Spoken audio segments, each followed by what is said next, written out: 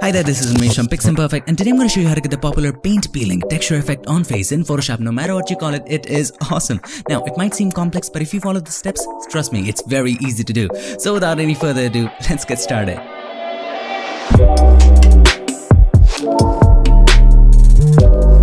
So here we are in the mystical world of Photoshop, and if you want to go ahead and download any of the photos shown in the tutorial, check the links in the description. So here we have our subject. Very nice, very pretty. Now, do you want the flower? Do you really want the flower? Let me just cancel the volume. That was crazy. So just crop it out. Press C for opening the crop tool.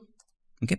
And let's crop it from the bottom. But before you do, make sure you click on clear button so that you're not restricted by any aspect ratios. Okay. Make sure you hit the clear. Make sure there's nothing over there. And then you just crop it from the bottom. Now, here's the tip. If you want to crop it from the sides, and if you crop it from one side, it just crops it from one side. What if you want to crop equally from both the sides? You would hold the Alt or Option. That way you crop it equally from both the sides. Isn't that awesome? Now, hit Enter or Return once you're satisfied. Now let's zoom in and let's apply that texture on one side of our face. Alright, to do that, let's bring in the texture. It's available for you to download. Check the links in the description. Now, what I'm going to do, I'm going to go to my Finder and just drag this texture. This is the paint peeling texture. Just drag it and drop it over the image, over the canvas, not over here. It will open up in another document over here. All right, just drop it and we're good to go. Now you can adjust it the way you like it. I'm going to make it larger from the sides. Okay.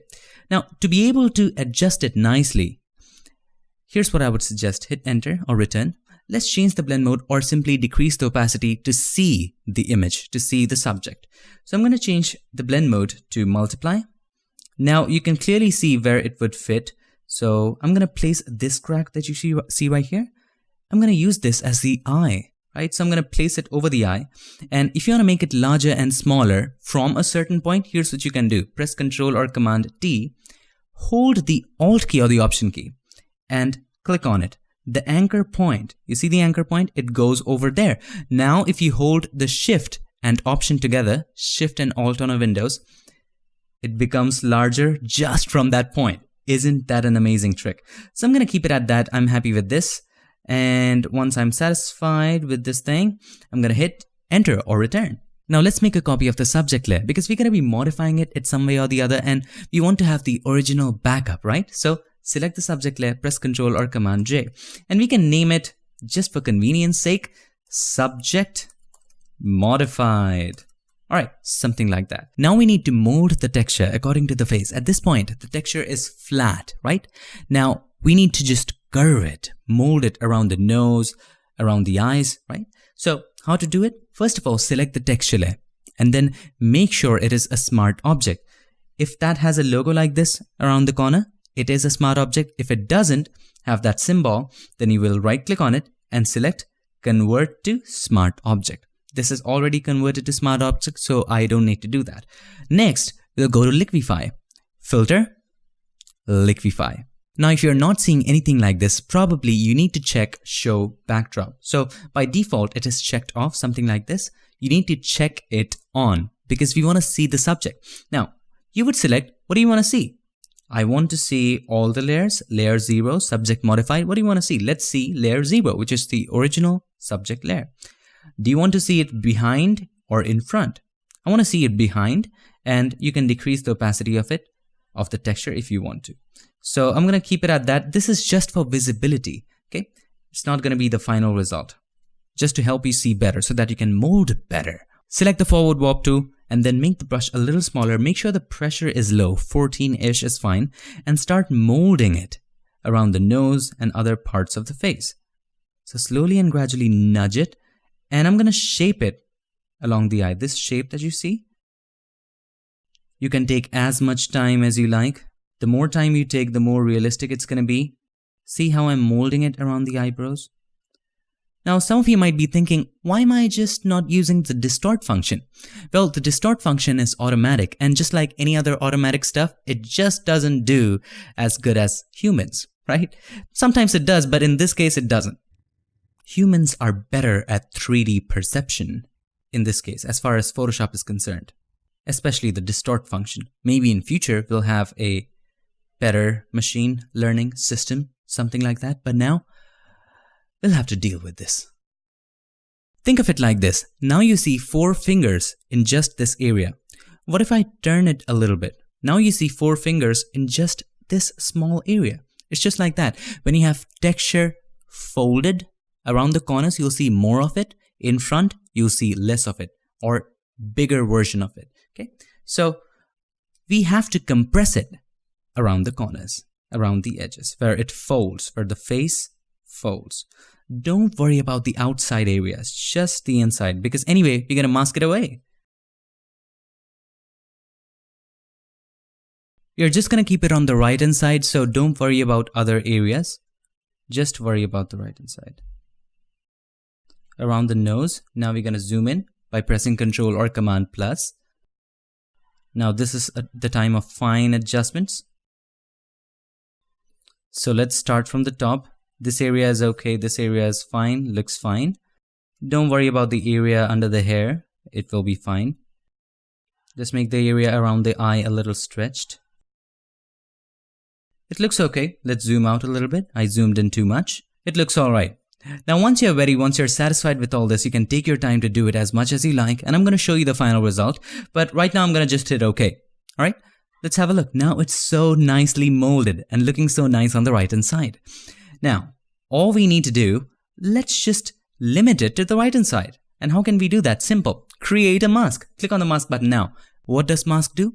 It hides stuff and shows stuff on certain areas based on what you paint in the mask. So white are the areas which it shows and black are the areas which it hides. So if we create a mask, click on the mask button, all of it is white. You see all of it. Now if you take the brush with the foreground color black, make the brush a little bigger, and if you start painting, it erases or hides those areas. If you want it back, you will paint that area in white. So change the color to white by pressing X to toggle between the foreground and background and get it back, just like that. Now what I would suggest is, let's delete the mask again, let's do it again. To create a completely black mask, instead of having to create a white mask and painting black all around, hold the Alt or Option and then create a mask. That way you create a black mask already. Now you can take the brush with the white, just paint on the areas where you want the texture. This area, don't be super accurate at this moment. We don't want it on the lips because it will make things complex for us. Okay, press X to take it to the black. And again, you don't have to be accurate, just paint over the areas. Okay, leave a little gap. Don't worry about the outside, just leave a little gap. Okay, it looks okay at this point. Now, we will refine it later, don't worry about it. Just worry about the color and the toning and the matching and all that stuff as of now. Now, I think it's very dark. And also, it is having a little bit of color to it. Let's first of all remove all the color from it. So, how can we make sure all the color is removed? Well, there are lots of ways of doing it. And I'm going to show you one new way today. Go to Image, Adjustments, and then Hue Saturation. Whoops, the hue saturation is not available. It's grayed out. Why? Because the mask is selected. Make sure the layer is selected and then go to Image, Adjustments, and then Hue Saturation.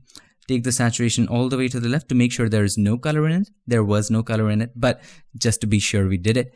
And now it's too dark. It's very dark. Let's add a levels adjustment layer.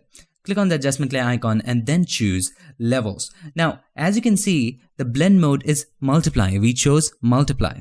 What does multiply do? Multiply makes things darker. It hides everything which is white and it keeps everything which is completely black. And it makes things darker at the same time. So, the whites in the paint were not completely white. That's why we see a little bit darkness here. What if we make it white? So we created a levels adjustment layer. Now this is the slider which makes bright things brighter. So we can use this to make the whites which are not as white completely white. So now that we apply it, it affects the entire image. We don't want that. We just want it to be applied to the texture. So click on this button, Create Clipping Mask button. That way it's limited to just this texture. Now let's apply it. It's too much, it's blowing it away. We're gonna be happy with probably this number. I'm happy with this. Let's stop it at that. Okay, Now what we want is a little bit of shine and a little bit of paint texture just in that area. And to be able to do that, if we add a levels adjustment layer, let's just go ahead and add a levels adjustment layer. If we try to do anything, it's going to affect everything. And so here's what I would suggest. Let's just delete it. Make a group of all of it. The levels, the paint peeling and everything. Let's make a group of it. Select the subject modified. Hold the shift key, select the topmost layer. Everything in the row is now selected. Then press Ctrl or Command G. Now it is inside a group. Now, take the mask and apply it on the group. Don't just limit it to this thing. Just replace it. Just drag it and drop it on the group. Let the group have the mask. Now it works so much more better. And here's why. Let's just apply a levels adjustment layer. And this is not a clipped one. This is inside a group. Now, if you just do it, it's going to affect just that area. So we're going to bring it a little bit to the left, just like that. Now it looks amazing. Now if you zoom in, have a look at the texture. It still has the texture of the skin. We don't want it. We want it to just have the texture of the paint, and to be able to do that, we need to remove the skin texture. And to do that, select the subject modified. As I said, we have to make some modifications, so we need to have a backup, layer 0. Select the subject modified, and then convert it into a smart object. Go to filter, convert for smart filter, so that any filter that you apply from now on, you will be able to change the values later. Hit OK. Now go to filter, blur, surface blur, not Gaussian blur, surface blur. Take the threshold all the way high. Let me bring it right here. Take the threshold all the way to 255. Decrease the radius to 1. Keep on increasing the radius and stop just at that point where all of the skin texture goes away. So we still see some of the skin texture. I'm going to go a little more forward, 6. What about more? Let's go down and see. Yeah, most of it is gone. I'm going to go a little more. Okay. Now, as you can see, along with the skin texture, the definition around the nose is also gone. How can we get it back? You see, that's where the threshold kicks in. Now we will decrease the threshold slowly and gradually, and stop at the point where skin texture begins to show up. See the nose definition coming back? If we go too much, the skin texture will also show up. See, the nose totally came back, but we don't want the skin texture to come back. If we go too much, see skin texture coming back. We don't want that. We just want the nose texture to be back. See, the nose definition, sorry. Let's increase it 26-ish. That's fine. Let's see. All right, this looks okay. See, the edge of the ear, the edge of the ear is also defined now. If we had applied Gaussian blur, it would have blurred out. We don't want that. Hit OK. It looks totally amazing, doesn't it? It is time for us to remove the extra textures, but before we do, let's do some fine adjustments. I think it's too much more brightened, so let's go back to the levels and double click on the symbol to open up the properties, and then let's adjust it. I think it was too much. Let's decrease it just a little bit. To this point, I think it's okay. Now this is something which you need to come back to and adjust. Alright, it looks alright. Now, here's an important adjustment that we need to make. When we remove the texture, at that point, we want a little bit bump. And to be able to do that, we need to extend the face a little bit on the right hand side. It will make sense later. So all you need to do is select the subject modified again and go to filter, and this time liquify. Okay, now let's zoom in, Control or Command plus. It looks crazy, I do understand that. Outside the borders canvas, it will look crazy if it's an extended image. Now, you need to extend it a bit, just a little bit. You can choose not to show the backdrop if you don't want to, but I'm gonna check it because I want to see and compare. Just extend it a bit. If you want, you can choose to extend this as well. And I'm okay with this. Hit OK. Now, why did we extend it? It will make sense. Now let's zoom in and go back to the mask. Okay. Take the brush. Make sure the foreground color is black because we're going to hide stuff. make sure you have the soft round brush selected, opacity and flow at 100, because this is the brush we can make it harder, softer, smaller, bigger very easily. So let's make it smaller. And again, let me remind you the shortcut. You can hold the Alt key on Windows and hold the right mouse button and then drag it to the right to make it bigger, drag it to the left to make it smaller, drag it up to make it soft, drag it down to make it hard. On a Mac, you would hold Control and Option, and with the mouse button, drag it right, left, top, bottom. It does the same thing. Okay, make the brush smaller. Let's start from here. And for areas like this, you can decrease the flow and do it gradually. What I would do in this case, for just areas like this, and for the edge, we will have to use the soft round brush with opacity and flow at 100, and time to time we might have to make it hard. But for this area where we need to have soft transition, we can select something like, and this is just for tablets, we can select soft round pressure, opacity and flow. And you can easily make that brush very easily by going to Windows. I was a bit distracted. Windows and brush settings, go to transfer and set opacity jitter and flow jitter control to pen pressure. Okay. If you don't have a pen, you will select the first one, soft round, and just decrease the flow. Okay. Let's still decrease the flow even if you're with pen, and without pen on mouse, you would decrease the flow to something around 3%, something like that. And then start working on it, start painting on these areas slowly and gradually. Try to keep in some of the texture to make it look natural. I'll increase the flow a little bit, maybe to 100, to make the work a little faster.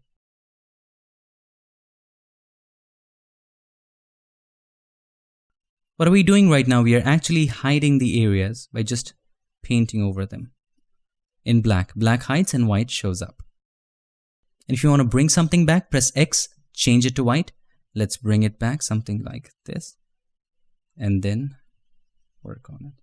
See, this looks so nice that suddenly it comes up and just breaks through that area, right? Sometimes a distraction like that is necessary. Let's bring this back as well, and we can erase the other extra areas. Make sure the cracks are well defined. Even here, the cracks should be very well defined.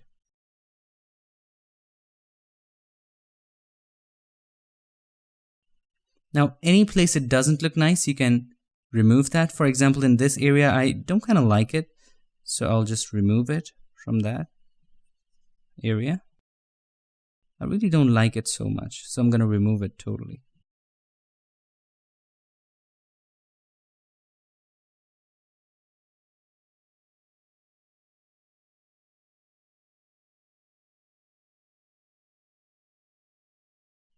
It looks all right over there. Want to bring definition here to these areas. Looks all right.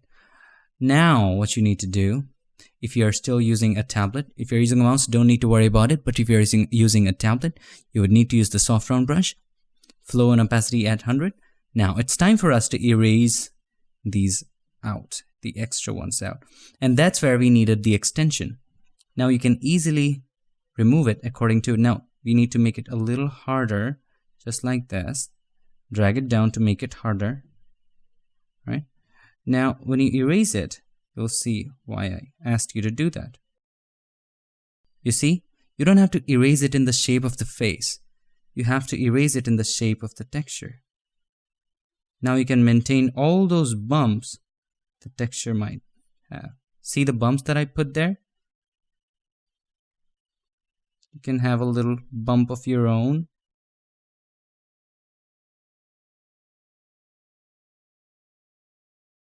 Alright, now let's erase the extras from the bottom. We had extended the face to be able to remove those and add our own bumps over there. You can remove the excessive extras now, and we can refine them easily later. Now zoom in and let's refine those. Make the brush smaller. And think how it would look if there were actual texture on the skin, just like this. See how I'm gapping over there? You can have small gaps like this. Even in this area, you can have a small gap. See how real it looks now? Small gap here. Looks like it was really broken. Try to have a small gap, see what happens there. Looks good. Maybe have a small gap here. But that looks really bad because that area was not extended.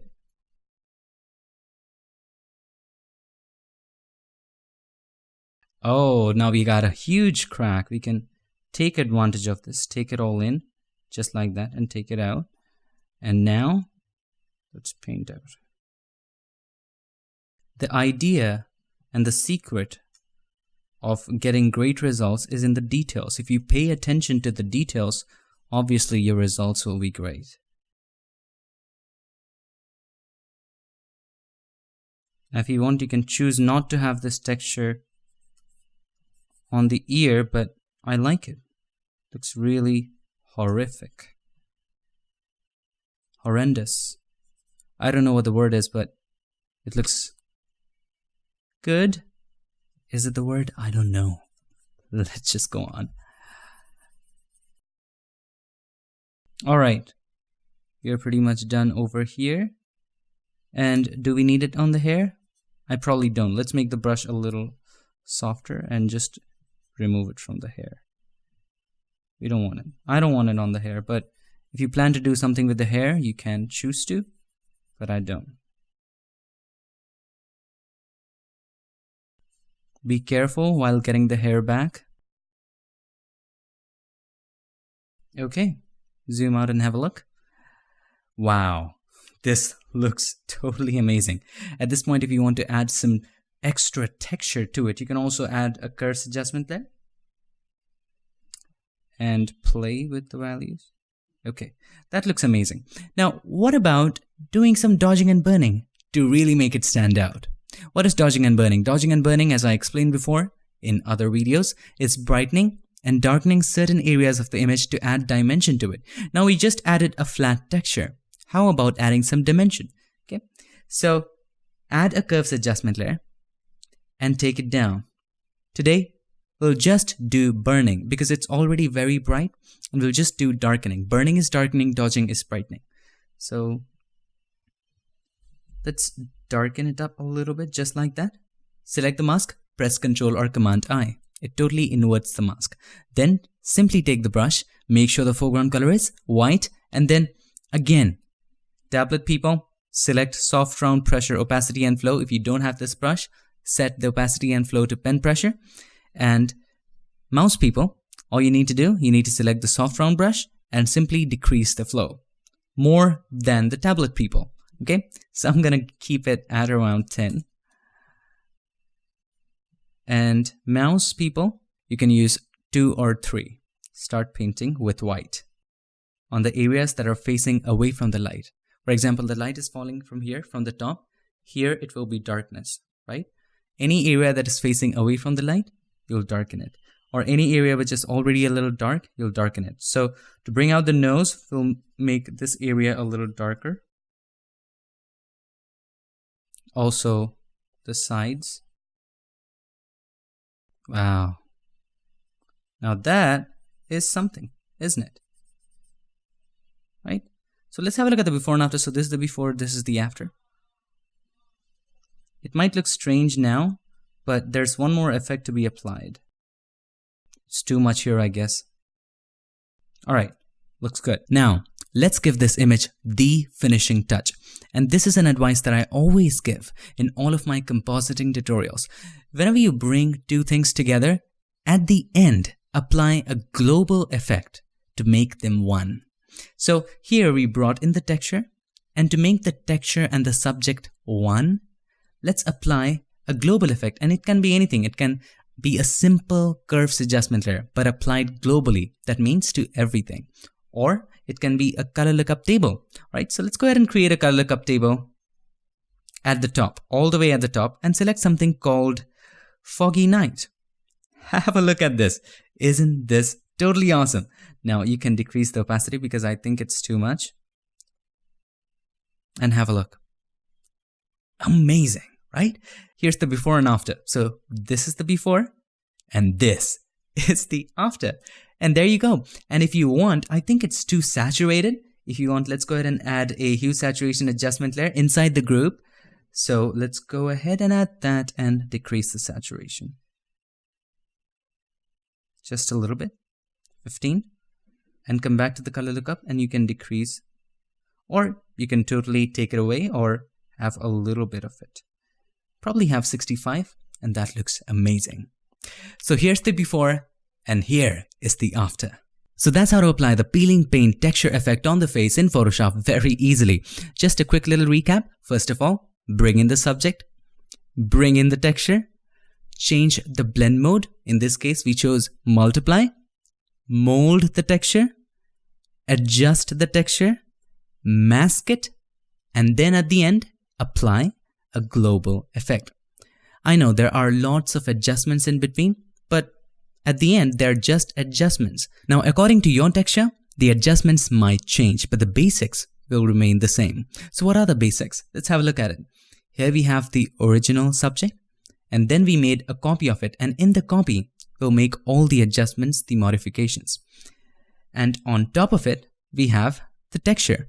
And blend mode is crucial, the blend mode you choose. In this case, we chose multiply because we wanted to darken the cracked areas, and the cracked areas were dark, black, and multiply is a blend mode which darkens stuff and it hides the white areas. Other areas were painted in white in the texture. So multiply worked for this case. If you want to know more about blend modes, check out this video. And then we made some adjustments to make it bright and dark, and at the end, we applied a global effect to make it 1. And that's pretty much all for this video. I hope you enjoyed this video, and if you did, make sure to give us a like, and also don't forget to subscribe, and not just subscribe. Ring the bell so that you, my friend, don't miss any other future tip, trick, or tutorial. I would like to take this moment to thank all these nice and amazing people for supporting this channel in Patreon and helping keep Piximperfect free for everybody forever. Thank you so much for all your support. If you want to know more about Patreon, check the links in the description. Thank you for watching. I really appreciate it. I'll see you guys in my next one. Till then, stay tuned and make sure that you keep creating.